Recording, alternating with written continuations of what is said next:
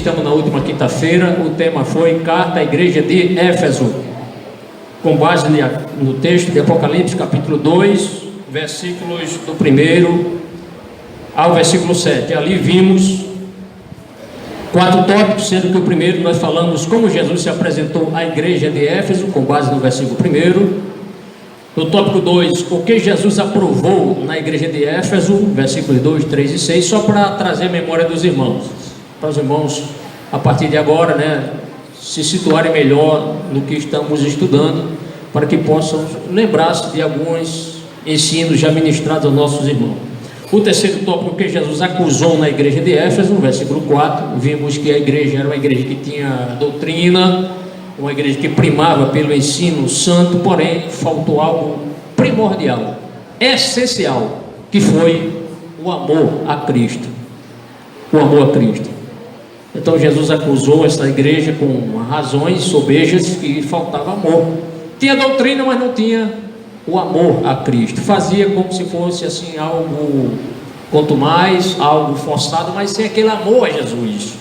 Nunca faça a obra do Senhor sem amor a Cristo. Primeiramente, ame a Ele, ao Senhor Jesus, para que o seu trabalho seja recebido e recompensado. E o último tópico foi a advertência de Jesus à igreja de Éfeso, versículos 5 e versículo 7. Quem esteve aqui presente e quer reaver o assunto, está em meu canal no YouTube, basta você acessar. E se você compartilhar, eu agradeço, certo? Eu vou deixar na descrição desse vídeo, inclusive o link para você assistir de forma mais fácil ali em meu canal. Prosseguindo no mesmo capítulo, nosso tema hoje é o estudo de hoje é Carta à Igreja de Esmirna. E o estudo tem apoio nestes versículos, nesse texto aqui que nós lemos, Apocalipse capítulo 2, versículos de 8 a 11. E como é praxe aqui, os irmãos já estão se acostumando, que sempre que eu ministro aqui, procuro trazer objetivos. Eu trago sempre 3 objetivos. Eu vou passar para os irmãos agora. O primeiro objetivo é explicar, irmãos, atente bem, explicar as circunstâncias que os crentes de Esmirna estavam passando. Quais eram as circunstâncias? O que eles estavam passando para que o Senhor Jesus entregasse especificamente esta carta à igreja de Esmirna? Qual é o contexto religioso, político que eles estavam passando? Isso é muito importante para que possamos entender o porquê dessa carta. O segundo objetivo é elencar, isto é, listar as acusações feitas pelos judeus aos crentes de Esmirna. O terceiro objetivo é confortar os irmãos. Nós agora aqui, Jesus escreveu para confortar a igreja de Esmirna, mas não só apenas a igreja de Esmirna, mas toda a igreja cristã nos séculos, nestes 21 séculos, que estão passando por perseguições, por lutas. Aqui no Brasil estamos bem, graças a Deus, a Constituição inclusive nos ampara. Eu peço que os irmãos prestem bastante atenção, porque quando a pessoa às vezes conversa, tira a atenção de outro irmão que quer prestar atenção. Amém? Glória a Deus. Eu peço aí a gentileza dos irmãos compreenderem. É a hora de ensino, então toda atenção é pouca. Vou repetir. O terceiro objetivo, confortar os irmãos para que permaneçam inabaláveis na fé em Cristo em todas as circunstâncias da vida. Para você também, para mim, quando estiver passando aí por uma circunstância difícil, por uma luta, nós possamos olhar para Cristo com fé nele e receber o conforto dele, o conforto do seu Espírito, o conforto da sua palavra. Amém? Glória a Deus. Prosseguindo, só que para isso vamos seguir este pequeno sumário. Este sumário é constituído de uma introdução rápida que já estou fazendo, e no desenvolvimento da mensagem apenas 3 tópicos bem simples, mas pensados e colocados aqui para que eu possa ministrar melhor para os irmãos. Primeiro tópico: como Jesus se apresentou à igreja de Esmirna. Não sei se você se recorda, quando Jesus se apresentou-se na carta à igreja de Éfeso, ele apresentou-se como aquele que tem na sua destra 7 estrelas, não é isso? e ele caminha entre os 7 castiçais de ouro. Nesta igreja agora de Esmirna, ele não vai mais se apresentar assim, ele apresenta-se de outra forma. É isso que nós veremos. O segundo tópico, as circunstâncias que a igreja de Esmirna estava enfrentando, com base no versículo 9. O terceiro tópico, o conforto de Jesus à igreja de Esmirna, nos versículos 10 e 11. Jesus confortou. Jesus viu os problemas que ela estava enfrentando, as perseguições, mas Jesus conforta. E confortou esses irmãos e ainda continua confortando a muitos crentes que estão sofrendo ainda hoje. E por fim, uma conclusão. Eu quero iniciar este assunto trazendo aqui algumas perguntas ou algumas indagações para aguçar os irmãos, despertar nos irmãos o interesse pelo assunto, o que vocês verão aqui. Então, contando com as suas orações, por gentileza, preste bastante atenção. Eu garanto que talvez agora você não saiba responder o que eu vou perguntar aqui. Vou perguntar assim de forma geral. Vou lançar as perguntas, não precisa você responder, nem se preocupe em responder. Mas eu lhe garanto que ao término deste culto, desta ministração, todos vocês saberão responder, desde que preste atenção. Posso contar com as orações dos irmãos? Posso mesmo? Graças a Deus. Qual era a riqueza dos crentes da igreja de Esmirna?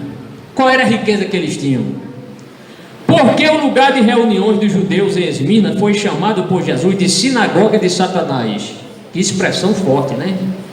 Jesus chamou a reunião dos judeus de sinagoga de Satanás. Expressão forte. Mas foi Jesus que disse. O que realmente significa ser fiel até a morte? Eu garanto que você hoje vai aprender. Talvez a resposta que você pensou, eu sei o que é isso aí. Mas eu vou lhe dar uma informação que talvez você nunca pensou nisso. Qual o sentido da expressão receber a coroa da vida? Qual o sentido? Coroa da vida? Como é isso? O que significa coroa da vida? Será que é uma coroa literal? Jesus tem uma coroa, lá no céu tem umas estantes, muitas estantes, pastor, e lá tem muitas coroas. Será que é essa coroa semelhante às coroas que os reis possuem?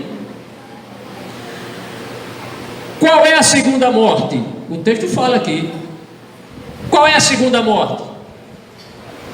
Como poderemos olhar para além das circunstâncias que vêm para provar nossa fé? Como é que nós podemos olhar além das circunstâncias? Eu estou vendo o problema, mas eu estou vendo a solução. Garanto que hoje você vai ver a solução para todos os nossos problemas. Só não aprende hoje quem não quer, porque Jesus nunca despede a multidão vazia. Não é do seu feitio. Glória a Deus. Onde poderíamos buscar conforto nos sofrimentos? Onde poderemos buscar? Nas faculdades? Nas farmácias? Nos hospitais? Na medicina? No homem? Nos psicólogos? Não. Nosso conforto vem do Senhor, vem do céu. Glória a Deus. Portanto, é uma aula, é uma ministração, irmãos, que tem tudo a ver com o nosso dia a dia. Pode ter certeza disso. Vamos inicialmente aqui, com rápidas palavras, aqui um pouquinho do contexto político e religioso, para que a gente se situe na época. Se situe na época. Vamos pensar agora há 21 séculos atrás. O que estava acontecendo ali na Ásia Menor e no Império Romano. Naquela época, irmãos, era uma época difícil para as pessoas serem fiéis a Deus, porque havia a perseguição imperial.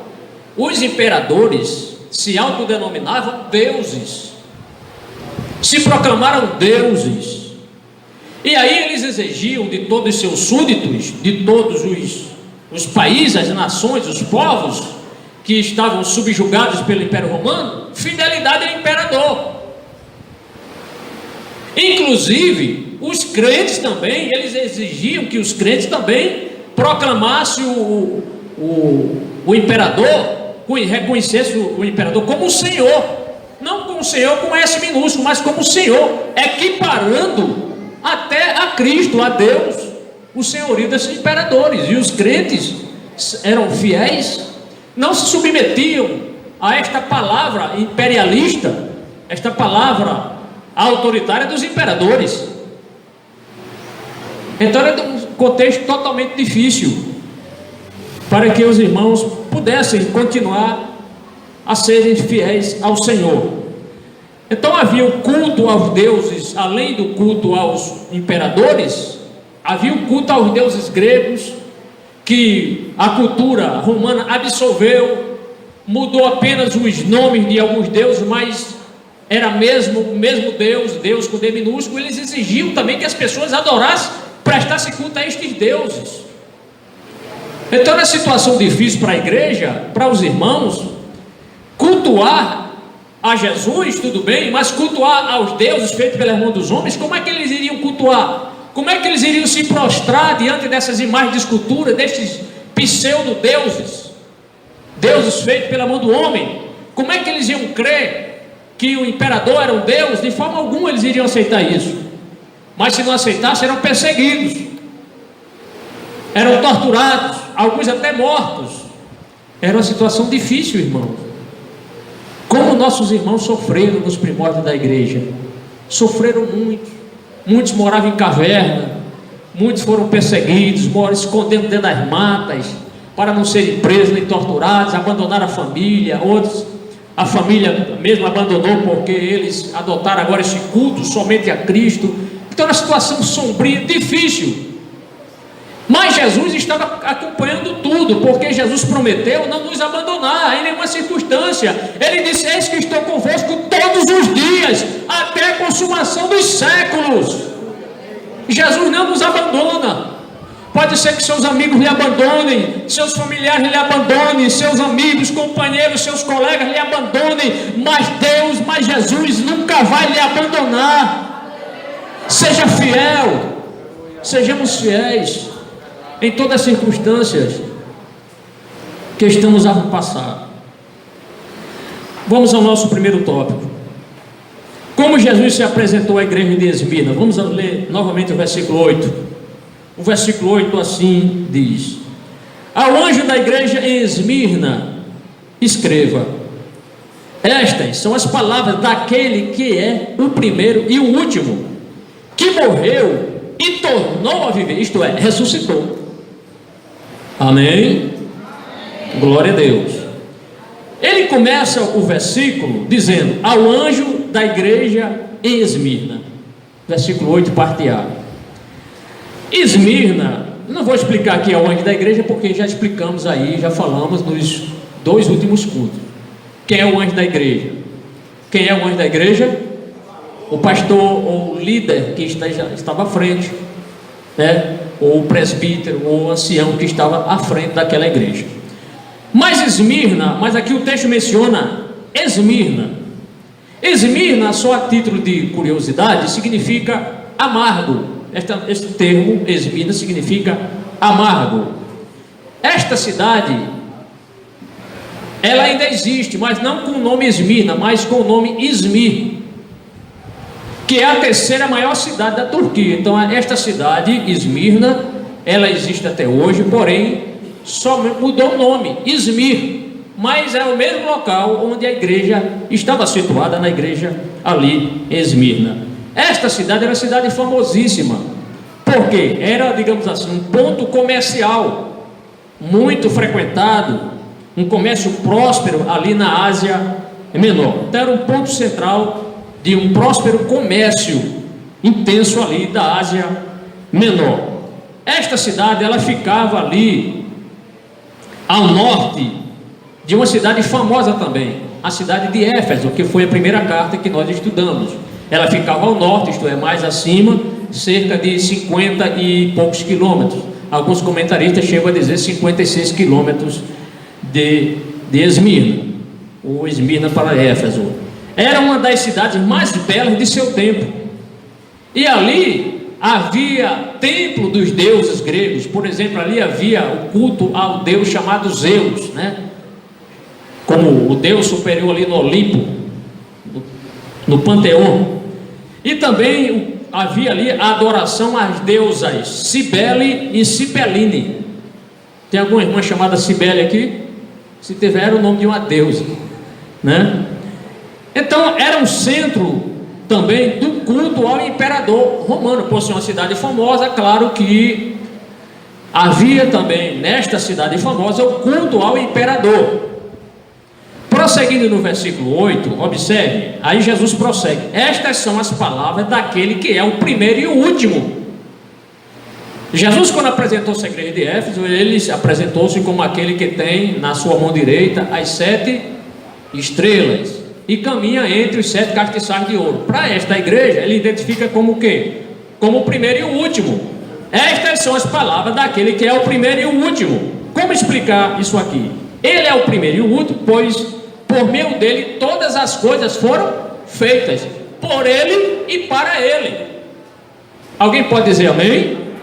Glória a Deus. Eu vou ler um texto que está em Colossenses capítulo 1, versículo 16, que vai só confirmar. Olha o que Paulo escreveu: pois nele quem é em Cristo. Por isso que Jesus é o primeiro e o último. Todas as coisas foram feitas por ele, e sem ele nada do que foi feito se fez. Agora vamos ler aqui: pois nele foram criadas todas as coisas nos céus e na terra, as visíveis e as invisíveis, sejam tronos ou soberanias, poderes ou autoridade. Todas as coisas foram criadas por ele e para ele. É apenas um versículo para mostrar o poder soberano do Senhor Jesus. Prosseguindo, então, quando Jesus aqui apresenta-se como o primeiro e o último, podemos entender que Jesus é quem tem a primeira palavra e a última. Então, quando você for um médico e o médico lhe desenganar e dizer: olha, vá para casa, não tem solução para o seu problema, você diz: a minha Bíblia diz que Jesus é o primeiro e o último. Ele é quem tem a primeira e a última palavra. Glória a Deus. Então, entenda que Jesus, ele é soberano, o primeiro e o último. É ele que abre, é ele que fecha. Glória a Deus. Mas Jesus ainda prossegue no texto e identifica-se quando ele diz assim: que morreu e tornou a viver. Versículo 8, parte C do texto. Alguns intérpretes chegam a dizer: por que Jesus usou essa expressão, o que morreu e tornou a viver? Porque, segundo alguns intérpretes, esta cidade chamada Esmirna, 400 anos antes dessa carta chegar lá, ela foi praticamente destruída. Houve muitas guerras naquela época, guerras. Mas depois, esta igreja, esta cidade, ela foi novamente reedificada, isto é, levantou-se novamente. E aí Jesus, sabendo desta informação, que ele tem todo o poder, ele apresentou-se não como a cidade que é destruída e passa um tempo destruída para depois ela reaparecer ou ser reconstruída, mas ele, pelo seu poder, ele tem este poder de morrer, como de fato ele morreu, e tornar novamente a voltar à vida. Glória a Deus. Então ele identifica-se desta forma. O que ele quer dizer também com isso? Assim como a morte não pôde deter Jesus, e Jesus submeteu-se à morte, ele se permitiu morrer, os crentes, ainda que sejam perseguidos e venham morrer, Jesus os trará novamente à vida. Então, quando ele diz: olha, eu sou aquele que morri, mas ressuscitou, ele estava dizendo assim, é como se dissesse: olha, crentes de Esmirna, fiquem tranquilos, apesar das perseguições, ainda que vocês sejam mortos por causa das perseguições, não se preocupem, eu sou o autor da vida, eu tenho poder para ressuscitar todos vocês, e eu farei isso. Glória a Deus. Por quê? Porque ele morreu e ressuscitou. Então, que os irmãos não perdessem a esperança, apesar das dificuldades, das perseguições, não perdessem a esperança. Glória a Deus. Então, isso é bom explicar, que Jesus morreu para poder nos salvar, mas ressuscitou para nos justificar, certo? Se alguém perguntar, porque muitas vezes Jesus morreu, amém, para nos salvar, mas por que ele ressuscitou? Para nos justificar, glória a Deus. O segundo tópico vai falar sobre as circunstâncias que a igreja de Esmirna estava enfrentando, os problemas, irmãos. Aqui nós vamos demorar mais um pouquinho. As circunstâncias que a igreja de Esmirna estava enfrentando naquela ocasião. Vamos ler o versículo 9. Olhe como Jesus, ele conhece as nossas aflições. Versículo 9 diz: conheço as suas aflições e a sua pobreza, mas você é rico. Conheço a blasfêmia dos que se dizem judeus, mas não são, sendo antes sinagoga de Satanás. Apenas este versículo, depois vamos prosseguir no versículo 10. Eu vou explicar aqui em detalhes para os irmãos. Ele começa dizendo: conheço as suas aflições e a sua pobreza. E seria muito bom que os adeptos da teologia da prosperidade ficassem bem atentos para isso aqui, porque eles ficam pregando aí, dizendo que crente pobre é maldição. Você é pobre porque você é infiel. Você é pobre porque você é amaldiçoado. Não existe isso, irmão, na Bíblia. É tanto que Jesus amaldiçoou essa igreja? Não, de forma alguma. De forma alguma. Mas por que os crentes eram pobres ali? Vamos mostrar aqui. Que foram as circunstâncias que levaram alguns dos irmãos a perder o que tinham. Então, os famigerados defensores da teologia da prosperidade, eu acredito que eles nem pregam, passam por cima desse versículo. Ou se for explicar isso aqui, vão dar uma explicação que não condiz com a maioria dos bons intérpretes. Então, amados, como eu já iniciei aqui, os irmãos, os crentes ali esmirnianos, eles estavam passando por duras perseguições. Muitos ali perderam seus empregos. Quem é que ia dar um emprego ao crente se o crente não reconhecia o imperador como um Deus? Quem se arriscaria a estragar ou manchar a reputação? Muitos dos donos de loja daquela época, de comércio, que tinha seus empregados crentes, despediram os irmãos para evitar, quem sabe, represálias da parte do governo imperial, do Império Romano, porque estava dando emprego a uma pessoa que não reconhecia o imperador como Deus. E quem pagou, como alguns dizem, quem pagou o pato? Quem sofria por isso? Os crentes, porque eram fiéis, aprenderam a serem fiéis e não cultuavam aos imperadores e aos deuses gregos e romanos. Eles eram fiéis, não se dobravam perante a estátua de nenhum deus, não se prostravam diante a estátua de nenhum imperador, por pior que fosse, como Domiciano nessa época, que foi o imperador que desterrou João para a ilha de Patmos. Cruel, um imperador cruel. Ali a maioria dos imperadores romanos foram cruéis, déspotas, homens que não temiam a Deus, porque se consideravam deuses. Mas onde eles estão? Enterrados. Talvez não exista mais nem os ossos, mas o meu Jesus é Deus nos céus e na terra. Ele ressuscitou, está vivo. Onde estão os imperadores? Todos mortos. Glória a Deus. Então muitos irmãos perderam seus empregos porque aceitaram a Cristo. Outros perderam as propriedades que tinham. Se alguém tinha uma propriedade, perdeu, porque o confisco do governo tomava. Outros inimigos dos cristãos tomaram isso, insuflados pela fúria e pela ira dos judeus daquela época, que foram contra os crentes. Eu vou explicar isso aqui. Então, por esses irmãos terem perdido seus empregos, eles caíram em extrema pobreza, refletindo isso nas suas famílias. Os pais chegavam em casa, os filhos chorando com fome, a esposa com fome, os filhos chorando. Por quê? Estavam em extrema pobreza, não tinham emprego, irmão. Como é que eles iam sobreviver? Ninguém dava emprego aos crentes de Esmirna. Por quê? Porque lá era um dos principais centros de cultura pagã do império.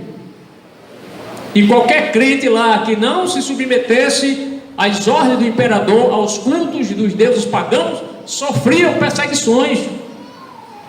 Vocês estão entendendo como nossos irmãos sofreram, irmão? E aí, seria muito fácil para eles dizer: filhos, não chore, eu vou negar a Cristo. Mas perderiam a salvação. Preferiram serem fiéis a Jesus, não negá-lo, a ponto de, mesmo em detrimento de verem sua família sofrer, seus filhos sofrendo, mas não negar a fé no Senhor Jesus. Então suas propriedades foram espoliadas, casas foram tomadas, recursos tomados, roubados desses crentes. Ninguém dava emprego aos crentes. E alguns até foram denunciados, aqueles que eram mais fechados, eram crentes, mas não de forma assim tão aberta. Alguns até familiares denunciaram, pais denunciaram os filhos, filhos denunciaram pais, denunciando para que eles fossem mortos. Se você ler um livro aqui chamado Os Mártires do Coliseu, quantos irmãos ali pagaram sua vida por fidelidade? E muitas catacumbas de Roma também, um cemitério, diz que ali cerca de 1 milhão de crentes foram mortos, e estão ali as ossadas, restos de ossos dos irmãos, porque sofreram por amor a Cristo, foram fiéis. Então estava faltando alimento para as suas famílias, mas se negasse a Cristo, tudo eles teriam de volta, mas valeria a pena? Como Jesus disse, de que adianta o homem ganhar o mundo todo e perder a sua alma?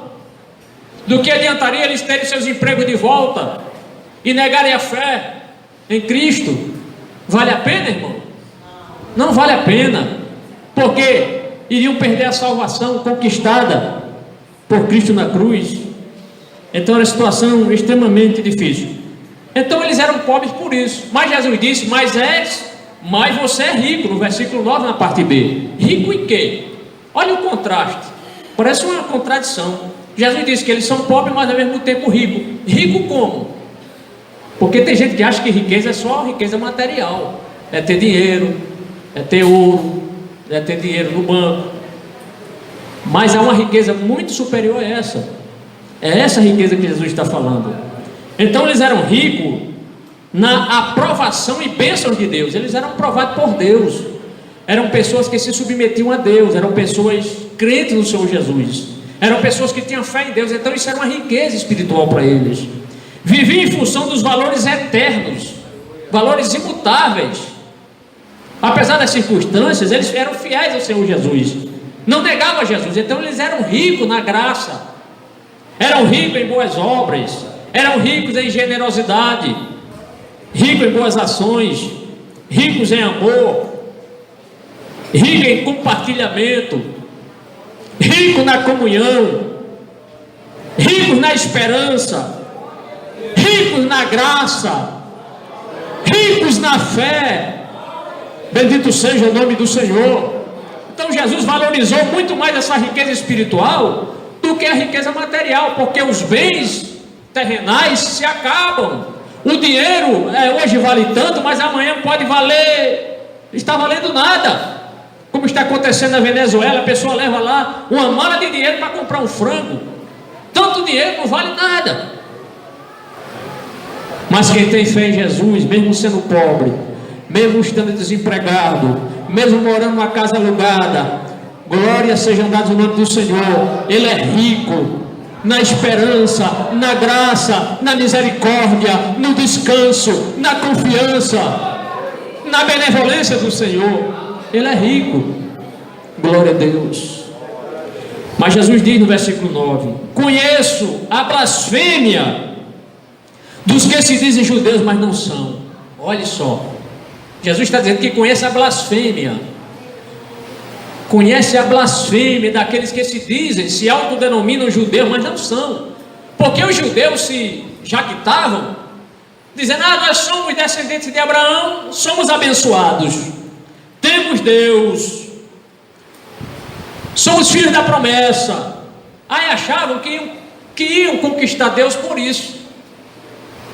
E Paulo, escrevendo, como ele escreveu em Romanos, ali ele mostra que não basta ser judeu só de nascimento, tem que ser judeu de coração, tem que ser convertido mesmo a Cristo. Esta sim é a verdadeira conversão a Deus, não por descendência. Conheça a blasfêmia dos que se dizem judeus, mas não são.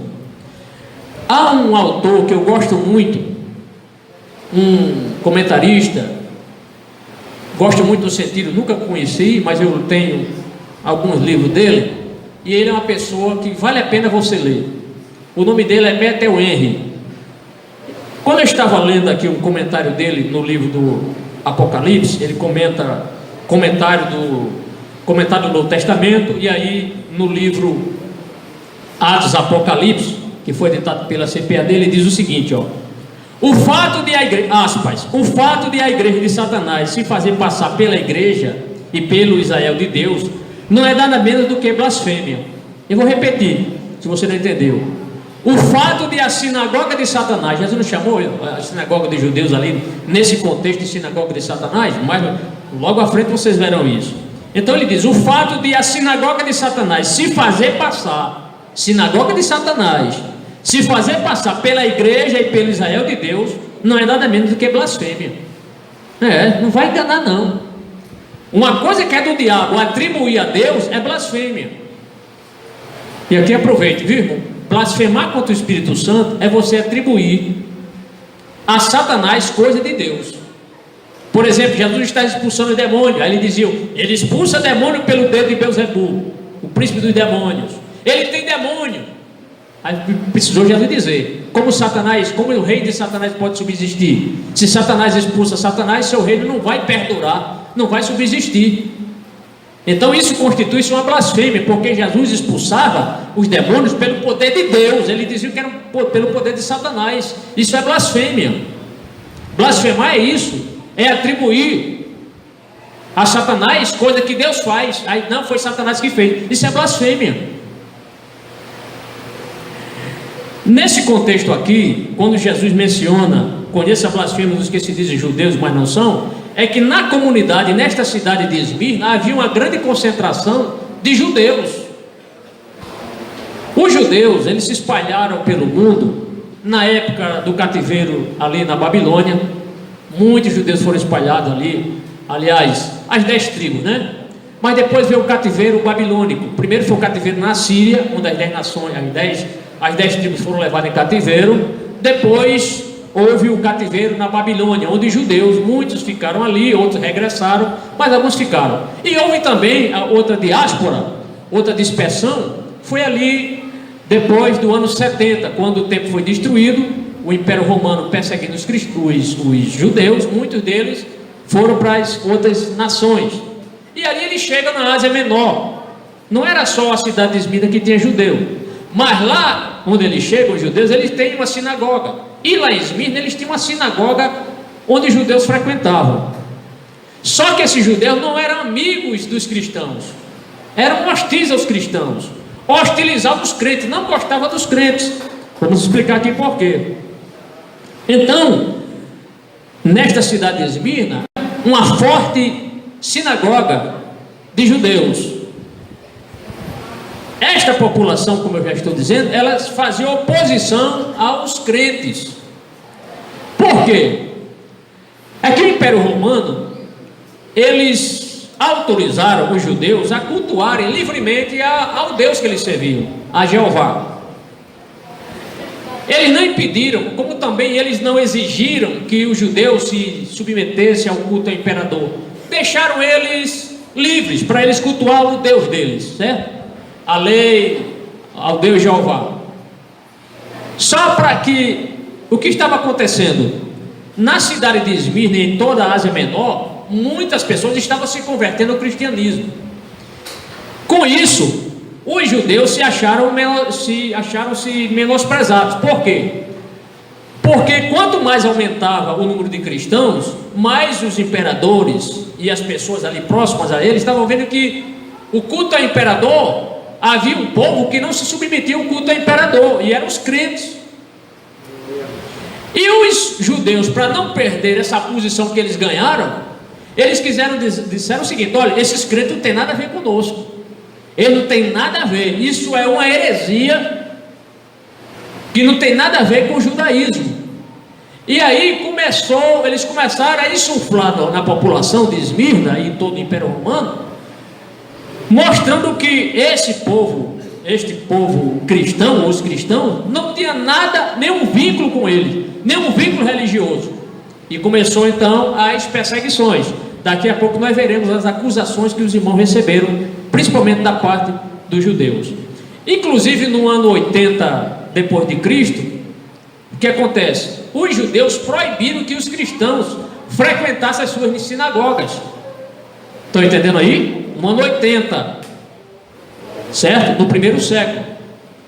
Para Para quê? Para que os judeus não fossem identificados com os cristãos ou vice-versa, expulsados e chamando os crentes de hereges. Então, isso estava acontecendo, mas os judeus tinham recebido liberdade para praticar a sua fé religiosa. Prosseguindo aqui, o que acontece na sequência? Houve um crescimento do cristianismo, muita gente começou a se despertar para o cristianismo, e isso trouxe, como eu já disse, ódio aos judeus. E nisso, aumentando o número de cristãos, os judeus temiam uma revolta dos romanos contra os próprios judeus e contra os crentes. Contra os próprios judeus, se os romanos entendessem que o cristianismo saiu de dentro do judaísmo.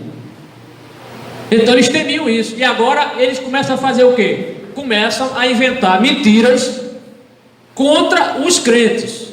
Algumas acusações, por exemplo, pelo menos eu tenho 3 aqui, 3 acusações que os judeus naquela época espalharam entre o povo para denegrir a imagem dos cristãos. Primeiro, eles diziam que os cristãos destroem a família. Por quê?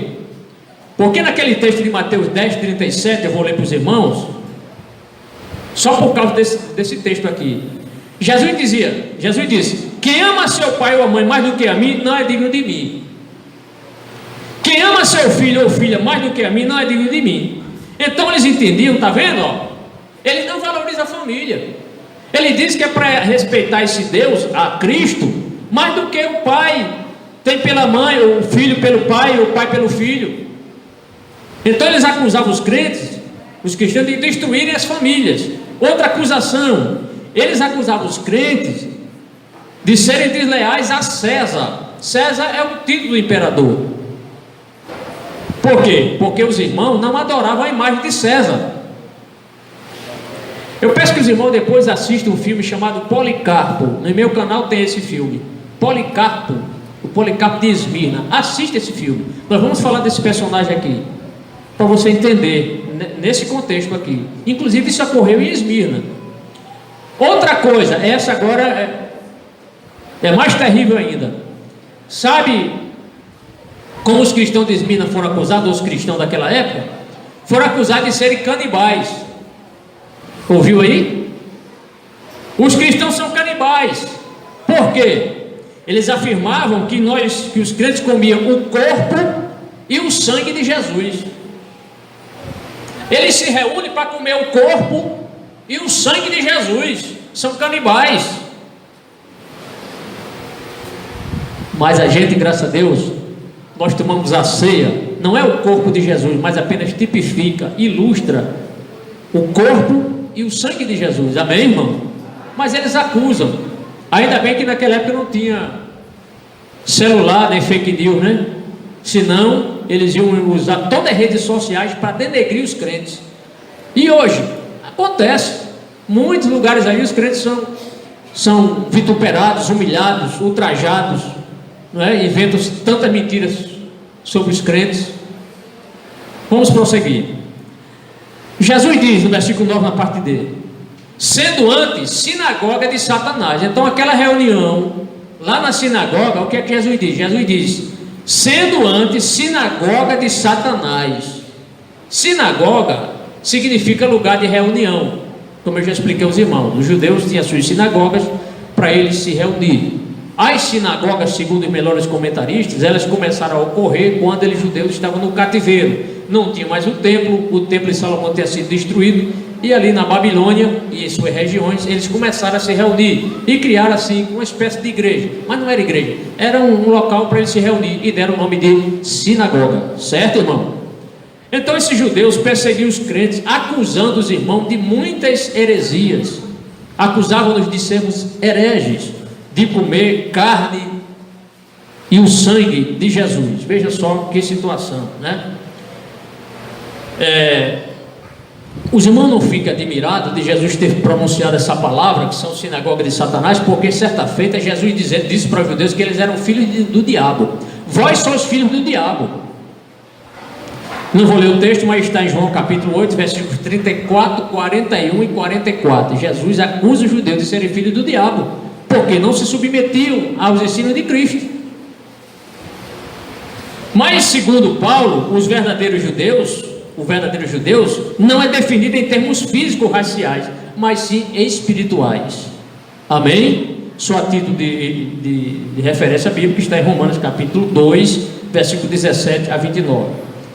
Prosseguindo, não sei se os irmãos observaram, na igreja de Éfeso, que nós estudamos na semana passada, Jesus fez uma acusação aos crentes de Éfeso. Eles não faltava o que neles? O amor, não foi? Mas Jesus não acusou em nada a igreja de Éfeso, de Esmirna. Observaram? Não tem nenhuma acusação. Jesus não fez nenhuma acusação aos crentes de Éfeso, de Esmirna, melhor dizendo. Por quê? Porque eles estavam passando por tribulação, por lutas. Irmãos, na tribulação os crentes são unidos. Nas tribulações nós nos unimos mais. No sofrimento a igreja está mais unida. Quando está na bonança parece que não está tão unida. No sofrimento os irmãos estão mais unidos. Sabiam disso? Por que a igreja lá em Jerusalém, os irmãos tinham tudo em comum, repartir suas propriedades com quem não tinha? Porque todos estavam sofrendo as mesmas vicissitudes, os mesmos problemas. Aí para eles tudo era comum, dividiam com quem não tinha. Mas hoje não é assim. Não é assim. Mas em muitos lugares isso tem ocorrido. Com frequência nós lemos aqui as situações das igrejas perseguidas aqui na missão Portas Abertas, que nós lemos. De vez em quando acontece isso, irmãos perdem emprego porque deixaram o islamismo de lado e agora professam a fé em Cristo, são perseguidos. O terceiro tópico, o conforto de Jesus à igreja de Esmirna. Então Jesus, ele está ciente dos problemas, das tribulações que os irmãos estavam passando, mas Jesus conforta os crentes. Amém, irmãos? Jesus conforta a sua igreja amada. Jesus vê o sofrimento dos crentes, vê a situação que ela estava passando, vê a fidelidade deles. Aí Jesus conforta os irmãos. Como é bom o conforto de Jesus. O conforto de Jesus à igreja de Esmirna, versículos 10 e 11. Eu vou ler o versículo 10. Jesus diz assim, amados: não tenha medo. Isto é, em algumas versões dos irmãos tem não temas. Não temas é isso, não tenha medo. Não tenha medo do que você está prestes a sofrer. O diabo lançará alguns de vocês na prisão para prová-los, e vocês sofrerão perseguição durante 10 dias. Seja fiel até a morte, e eu lhe darei a coroa da vida. Seja fiel até a morte, eu lhe darei a coroa da vida. Jesus inicia o versículo 10 dizendo: não tenha medo do que você está prestes a sofrer. Então Jesus aqui ele começa com uma palavra de ordem. Uma palavra de ordem. Nesta palavra de ordem, que ele diz: não tenha medo do que você está prestes a sofrer, o que é que ele queria? Jesus queria que os crentes enfrentassem as perseguições e as provações sem medo. Sem medo. Sem estar temendo o que eles iriam passar. Muitos de nossos irmãos na igreja primitiva foram colocados como espetáculos as pessoas que iam ao Coliseu assistir os leões devorarem nossos irmãos. Muitos dos nossos irmãos, como o imperador Nero, segundo conta a história, alguns cristãos, ele passou betume nos irmãos e ali mandou acender tochas para que se visse para clarear seus jardins, devido à crueldade. E quem está por trás disso tudo, irmãos? Quem está por trás da perseguição aos crentes? É Satanás, é o diabo. O diabo quer ver o fim da igreja, mas Jesus disse que as portas do inferno não hão de prevalecer contra a obra dele, contra a sua igreja. Não são apenas os homens que nos perseguem, por trás dos homens está o nosso inimigo maior, Satanás, o diabo. Porque o desejo do diabo é que todo mundo seja condenado. O desejo do diabo é que todo mundo vá para o inferno, para o lago de fogo, que é para lá que ele vai. Ele, os seus anjos, já está isso escrito na palavra do Senhor, ele já recebeu a sentença.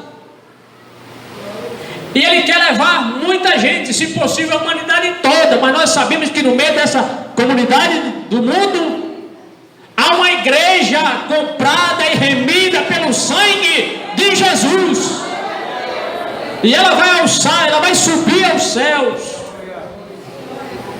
E Satanás sabe que o céu é bom.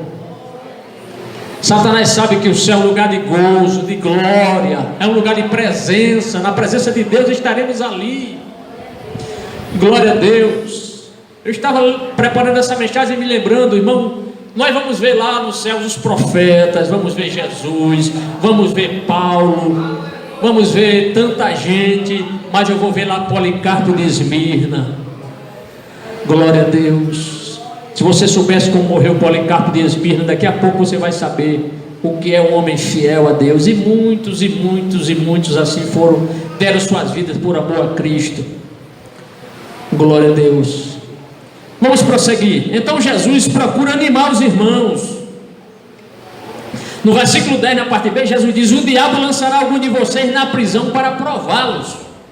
Isto é, o império romano, seus imperadores com as suas leis malignas, opressoras, que oprimiam os crentes, obrigando-os a adorar o imperador. Muitos dos nossos irmãos não negaram a fé. Você vai ser preso. Iam para a masmorra, foram presos, trancados naquela fedentina, lá embaixo, nos porões escuros, desprovidos de alimentos, do convívio familiar, mas não negaram o nome de Jesus.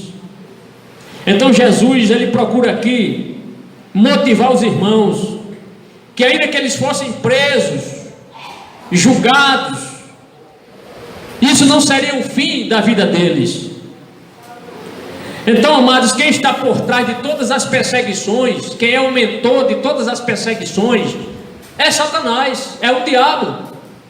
Claro, ele usa pessoas, ele usa imperadores, ele usa ditadores, como o da Coreia do Sul, do Norte, perdão, oprimindo as pessoas, para que as pessoas não creiam em Deus, não professem a fé em Cristo. Quem professar a fé em Cristo é preso.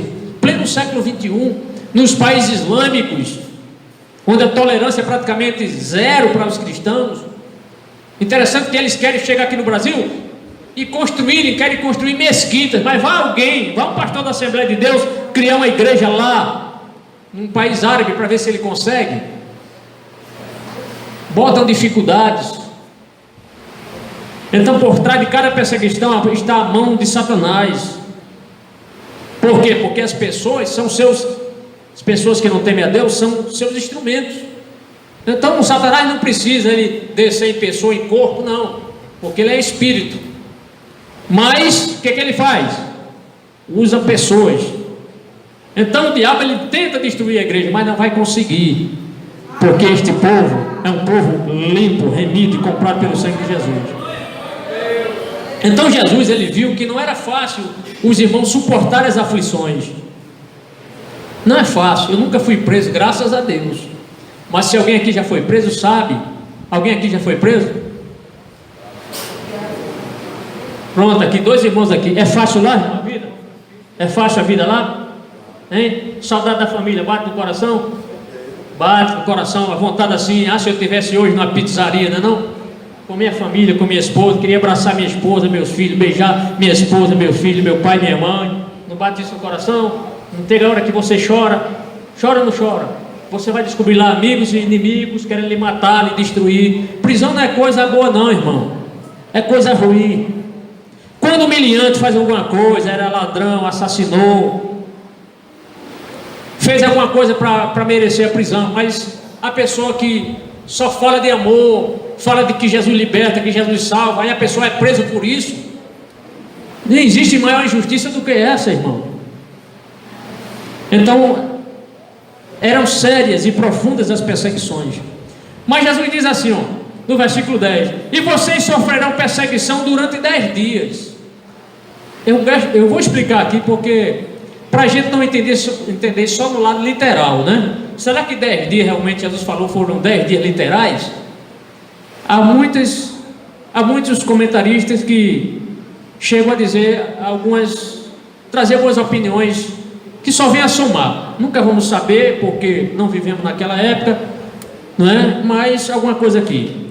Então, mas quando Jesus disse: e vocês sofrerão perseguição durante 10 dias, ele estava dizendo que as perseguições teriam fim. Elas não iam durar para sempre. Vai chegar um dia que vai ser dado um basta. Jesus diz aqui: essas perseguições, elas durarão 10 dias. Mas não são 10 dias só literais. Se nós observarmos a Bíblia, 10 dias em vários textos da Bíblia indicam um período de tempo de extensão variável. Há uns comentaristas que chegam a dizer o seguinte: 10 dias talvez indicando o ciclo completo de perseguições daquela época. Porque do ano 64 ao ano 300 e alguma coisa, agora não posso precisar, houve cerca de 10 perseguições dos imperadores. 10 perseguições. Entre o século I e o século III, o século IV. Muitas perseguições. 10 dias também pode referir-se às 10 perseguições, aqui do ano 64 ao ano 305, sobre os imperadores romanos, agora vindo aqui à tona essa informação. Irmão, no ano 155, lá em Esmirna, esse Policarpo que eu já comecei a mencionar, ele foi condenado à fogueira, lá em Esmirna. Então a perseguição não foi só naquela época de João, ela prosseguiu até o ano 305, conforme lemos aqui. Realmente as perseguições só pararam quando houve aquele edito de Constantino. Já ouviram falar no imperador Constantino? Foi um imperador melhor, onde os cristãos já estavam aumentando. Chegou ao ponto de o número de pessoas no Império Romano, havia mais cristãos do que gentios, pessoas que não eram cristãos, ou pessoas não convertidas ao cristianismo. Então, só que era aquela situação: o imperador, segundo alguns, se converteu, alguns chegam até a duvidar da conversão de Constantino, porque segundo alguns não se batizou, mas com o edito dele no ano 312, cessaram-se as perseguições. Mas não vamos entrar aqui, porque aqui é outro assunto. Vamos voltar aqui para o texto, tá? Então, inclusive na morte de Policarpo, foram os judeus que acusaram Policarpo de Policarpo não aceitar o imperador como Senhor, como Deus. E ali, inclusive, foram os judeus que no dia de sábado, eles transgredindo a lei, no dia de sábado eles recolheram a madeira para queimar o corpo de Policarpo. Foram os judeus. Então não foi à toa que Jesus disse que aquela sinagoga dos judeus ali era a sinagoga de Satanás. Por quê? Porque os judeus estavam contra os servos de Cristo. Como é que a pessoa professa a fé em Deus e está contra os cristãos? É um contrassenso. É uma contrassenso, é uma blasfêmia. Jesus mesmo disse. Como é que você crê neste Deus que salva, neste Deus remidor, e está condenando os cristãos? Porque, irmãos, o cristianismo realmente ele tem origem do judaísmo, podemos assim dizer. Porque o Novo Testamento é uma sequência do Antigo Testamento. A vida de Jesus foi um cumprimento do Antigo Testamento. O que era que os profetas diziam na maioria das suas grandes profecias? Que viria alguém. E este alguém quem é? É Jesus, aquele profeta superior a Moisés. É Jesus. Mas infelizmente, por Jesus ter morrido, eles não aceitam Jesus como Messias. Mas Jesus diz no versículo 10: seja fiel até a morte. E aqui vamos explicar agora. O pastor Antônio Gilberto, de saudosa memória, no seu livro Daniel e Apocalipse, ele explica. Quando eu li isso aqui, gostei e trouxe aqui para compartilhar com os irmãos. Olha só, Jesus não disse ser fiel até a morte. Ele diz assim, ó: as palavras de Jesus, ser fiel até a morte, não significa ser fiel até morrer. A gente entendia assim, né? Ser fiel até a morte é ser fiel até morrer. Eu vou morrer de velhice sendo crente. Aí ele diz: mas ser fiel mesmo, que para isso tenhamos de dar a vida pela fé cristã.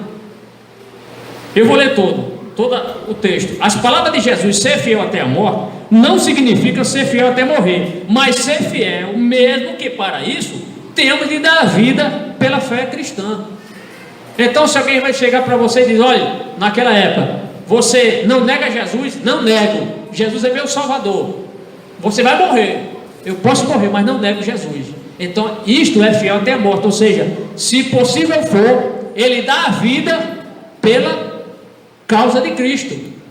Então, ser fiel até a morte é isso. Se for preciso morrer defendendo a minha fé em Jesus, eu morrerei. E não: eu estou com 70, 90 anos, morri sendo crente. Não é assim desse sentido. Os irmãos entenderam agora melhor? Deu para entender, irmão? Melhorou? Amém.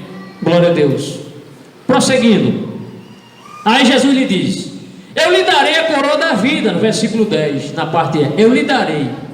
Lá em Esmirna, era um povo também que de ano em ano se envolvia em competições, no atletismo. Havia naquela época competições anuais, e ali o vencedor daquela competição, daquela modalidade, recebia uma coroa de louro, geralmente colocado na cabeça do vencedor, uma coroa de louro. Jesus, sabendo disso, o que ele disse? Que vai dar uma coroa a quem vencer. Mas não é uma coroa feita de folha, não é a coroa feita de coisas materiais, porque essa coroa perece. A coroa que Jesus vai dar é uma coroa chamada coroa da vida. Amém? Glória seja dada no nome do Senhor. Então, era uma cidade famosa por seus jogos atléticos, e o vencedor recebia uma coroa de louros da vitória.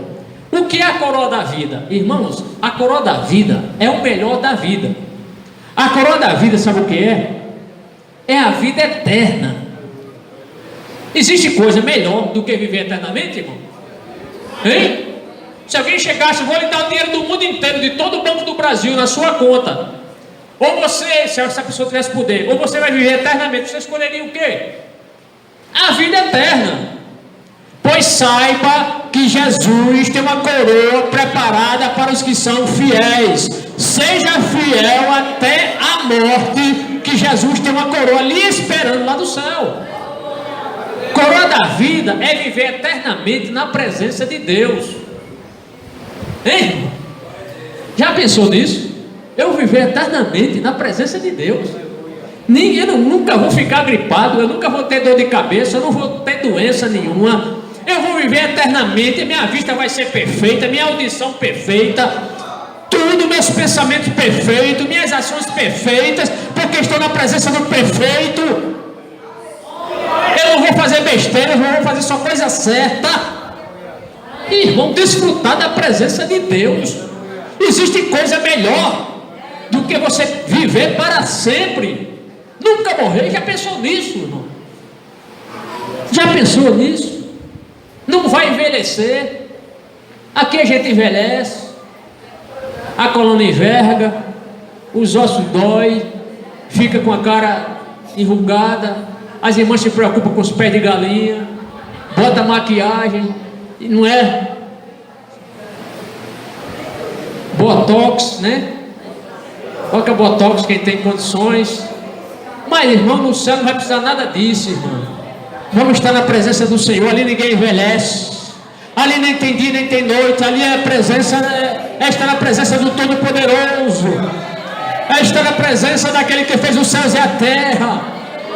Glória a Deus. É aquele que tem poder sobre os céus, debaixo do céu, debaixo da terra, nos mares, nos oceanos. É aquele que controla todos os movimentos dos planetas e suas órbitas. É aquele que tem todas as leis da física no seu controle. Glória a Deus. Passaremos aqui à noite falando deste Deus poderosíssimo. Então, vida eterna é a eterna união com Cristo e com Deus. Existe vida melhor do que essa?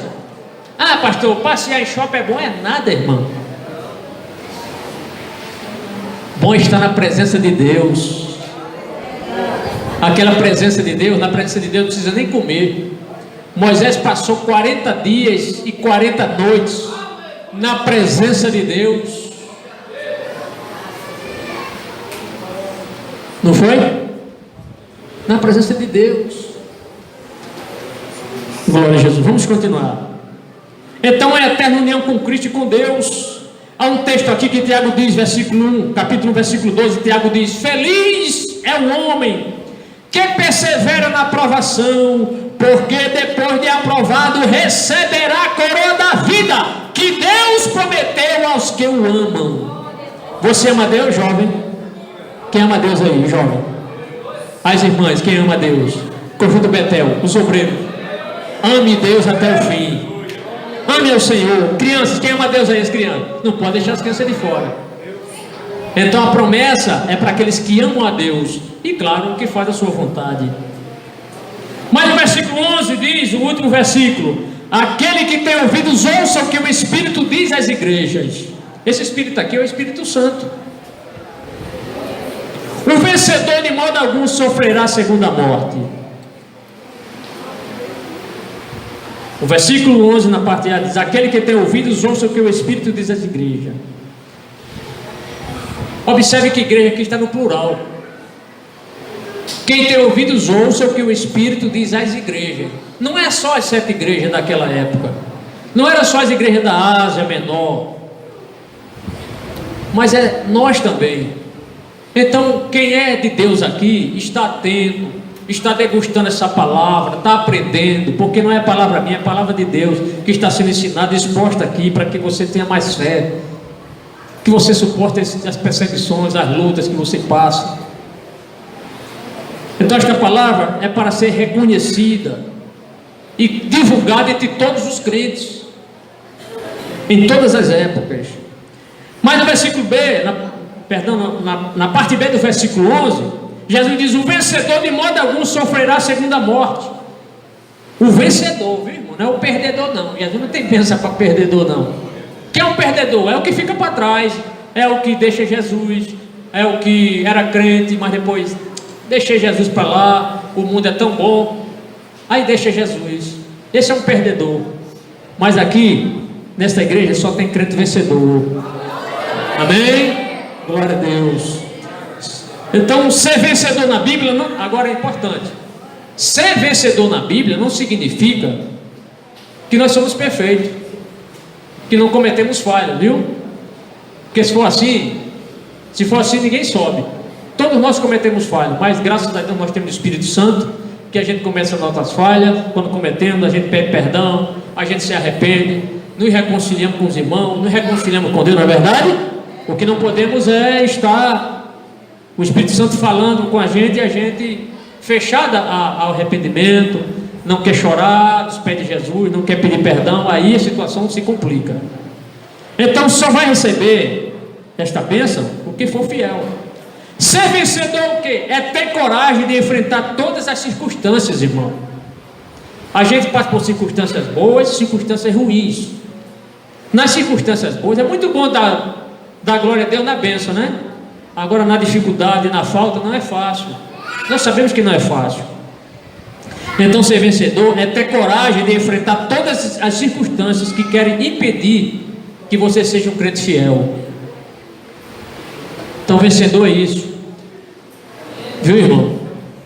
Vencedor é isso. É o jovem que vai para a faculdade, chega lá, o seu professor ateu começa a colocar aquelas coisas dos ateus, dizer que Deus não existe, e o que vale é a matéria, entendeu? Que dizer que a Bíblia está ultrapassada. Aí você diz: não, eu sei que meu Redentor vive, eu sei que eu tenho crido, eu sei que Jesus morreu e ressuscitou, eu sei que a palavra de Deus é a verdade. Ele, que esse professor, ele pode passar aqui 24 horas tentando me convencer o contrário, mas eu creio que a palavra de Deus é a verdade, eu creio que o que Jesus falou é a verdade, eu creio que o que Deus tem promessas para mim, elas vão se cumprir na minha vida.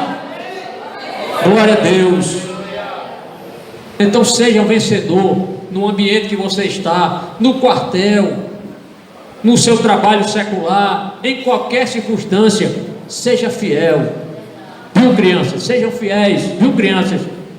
Sejam fiéis. Quando o professor for falar: o homem veio do macaco, aí você diz: a minha Bíblia não diz isso não.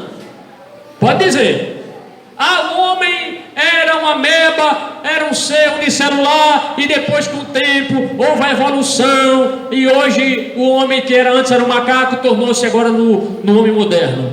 Aí você diz, a minha Bíblia não diz assim não. Eu creio, aí você diz, eu creio que Deus fez o primeiro homem do pó da terra. Deus fez o homem do pó da terra, a minha Bíblia diz isso. Lá no quartel teve um colega meu, que ele tinha um irmão lá, aceitou Jesus há pouco tempo. Olha, não se meta com novo convertido não, viu? Novo convertido, Deus dá resposta para novo convertido, que às vezes nem teólogo sabe. Sabia, irmão? Deus é um Deus amoroso. E aí, para se cumprir o que eu estou dizendo, lá no quartel tem um amigo meu, um sargento lá, e tinha um novo convertido também, outro sargento. Aí ele viu que o irmão era novo convertido, aí ele diz, olha, presta atenção aqui por favor, a minha Bíblia, aí ele diz assim, ó, tua Bíblia não diz que Deus fez o homem do pó da terra? Aí ele diz, é verdade, o novo convertido, isso é verdade. Aí ele pegou um pauzinho assim, o adversário lá, o que queria humilhar o irmão, eu também faço o homem do pó da terra. Aí pegou um pau, uma vara assim, aí fez a cabeça, fez um bucho lá, né, o corpo, botou dois braços e duas pernas. Aí também eu faço, olha aí, também eu faço o homem do pó. Ele disse, agora sopra no nariz, vê se ele tem o fôlego da vida. Deus deu na hora, irmão. Sopra no nariz dele, sopra. Aí ele ficou lá com a cara mexendo.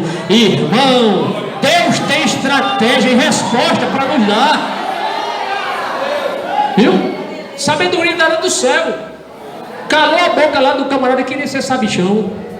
Entendeu? Não se acovarde, irmão. Abra a boca nessa situação. Jesus disse, não vos preocupeis com o que havia de dizer, porque nessa hora, na hora necessária que o inimigo se levantar contra você, Deus vai lhe dar sabedoria para você calar a boca dele. É só você não se acovardar. O Espírito Santo está aí para ajudar, irmão, a nós, nos dá sabedoria. Agora, se ficar acanhado, se ficar envergonhado de Jesus, negar Jesus, aí, meu irmão.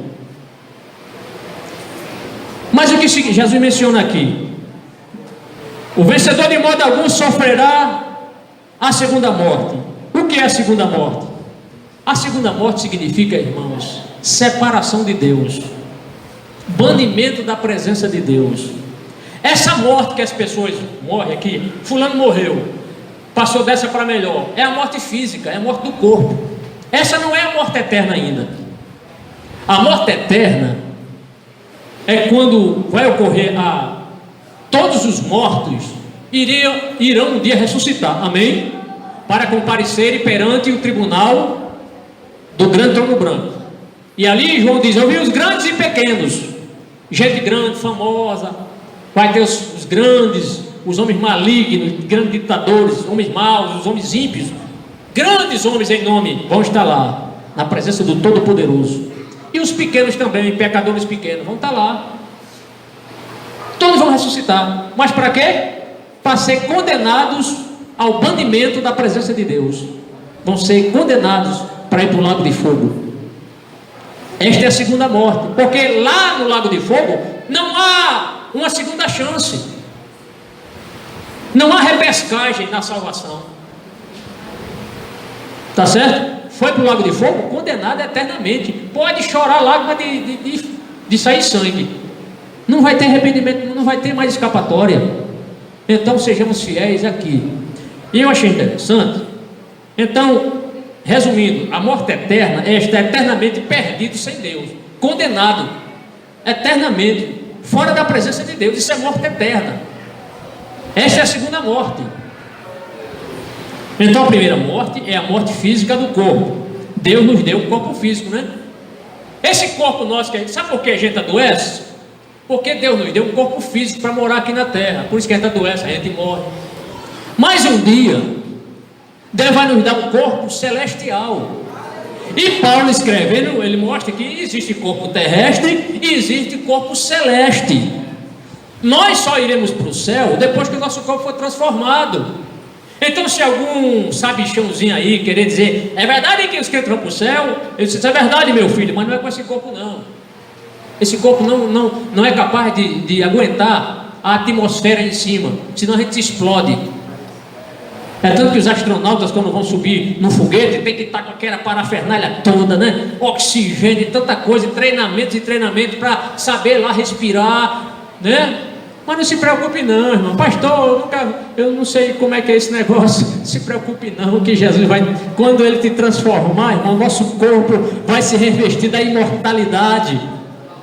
E Paulo escrevendo aqui, 1 Coríntios capítulo 15, versículo 40, ele nos garante, ele diz assim: há corpos celestes e há também corpos terrestres, mas o esplendor dos corpos celestes é um, e dos corpos terrestres é outro. Então o nosso corpo vai ser transformado, para nós chegarmos no céu, para a gente viver na presença de Deus. Não podemos chegar no céu em carne e osso, porque carne e osso não herdarão o reino de Deus. Jesus disse,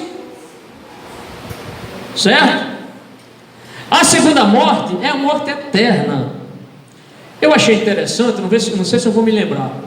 Uma pessoa deixou uma frase dizendo assim: a pessoa que nasce uma vez vai morrer duas, e a pessoa que nascer duas vezes vai morrer só uma. Vou explicar. A pessoa que nasce só uma vez, o nascimento físico, vai morrer duas vezes, a morte física e a morte eterna. Agora nós que nascemos duas vezes, biologicamente, e nascemos na água do Espírito, vamos morrer só uma vez, a morte física. E alguns até não vão morrer, porque alguns esperamos o arrebatamento, amém? Conclusão. Se você está enfrentando problemas, irmãos, não se desespere. Há um escape e Jesus vai lhe dar, amém? Confie no Senhor. Agora, não permita que as tribulações diminuam a sua fé. Não permita isso. Deus está no controle, e suas promessas são absolutamente confiáveis, viu? A promessa de Deus são absolutamente confiáveis. Agora sim, vou falar um pouco sobre Policarpo do Esmirna. Não sei que a hora já passou, os irmãos me suportam mais 5 minutinhos, em nome de Jesus, amém? Quando no estádio de futebol acabou a partida, aí vai ter prorrogação, ninguém reclama, fica todo mundo lá, não é não? E depois da prorrogação ainda tem pênalti, ainda ficam lá, sabia? Então aguenta aí um pouquinho a prorrogação. Glória a Deus, no bom sentido. Não é prorrogação, mas é a conclusão, tá bom? Policarpo de Esmirna, um homem fiel. Policarpo de Esmirna, ele foi pastor na igreja de Esmirna, um homem fiel. Assista ao filme Policarpo, está na internet, assista esse filme. Se fosse você não ir dormir hoje sem assistir, em imagem HD, uma bênção. Que fé. O que aconteceu com aquele irmão? Aquele irmão, por ele não ter se submetido o culto ao imperador, por não ter negado a Cristo, foram até a casa dele para prender. Escute só como é que o crente faz. Chegaram lá os soldados para prender irmão Alisson, o irmão Policarpo. Quando chegou lá, o que foi que o Policarpo fez? Ele se escondeu? Não, pode entrar, por favor, entre na minha casa. Vocês aguardam aí, eu vou fazer uma comida para vocês. Sabia que ia ser preso, sabia que ia ser morto. Fez a comida para os soldados. Quando terminou a comida, aí ele disse: você me dá licença que eu preciso passar 1 hora na presença de meu Deus orando. E o soldado: está certo, Policarpo, pode orar. Ele passou 1 hora orando. Quando terminou, ele disse: eu estou pronto, sabendo que ia para o martírio, sabendo que ia para a fogueira. Quando chegaram lá, aí os carrascos disseram, os soldados: Policarpo, você tem a chance de escapar da fogueira. Você faz o seguinte: você nega Jesus, negue Jesus, que você não vai morrer na fogueira. Aí ele disse, ele já era velho, ele disse assim: olha, durante os meus 86 anos de vida, Jesus nunca me negou. Como é que eu posso negá-lo agora? Glória a Deus, aleluia. Isso é que é fé, irmão. Policarpo, você vai morrer, né? Você vai morrer no fogo, mas eu não vou negar o meu Cristo. Ele nunca me negou. Irmãos, a história conta que começaram a queimar Policarpo. Diz que enquanto ele era queimado, as chamas atingindo o seu corpo, as pessoas olhavam para o corpo, para o rosto dele, e seu rosto brilhava o rosto de Policarpo. Morreu, mas não negou o nome de Jesus. Você sabia que lá no céu nós vamos nos encontrar com ele? Quem quer dar um abraço em Policarpo aí? Glória a Deus. Mas primeiro vamos dar um em Jesus, né, irmão? Glória a Deus, bendito seja o nome do Senhor. Então ele suportou esta situação. Suporte, que Jesus tem uma coroa da vida esperando por você. Vamos ficar em pé? Vamos agradecer ao Senhor. Eu sei das tuas obras, da tua tribulação,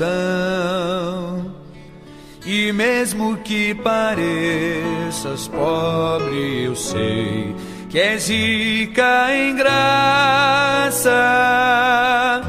Eu te conheço e sei blasfêmia em ti dos que se dizem serem meus e não são.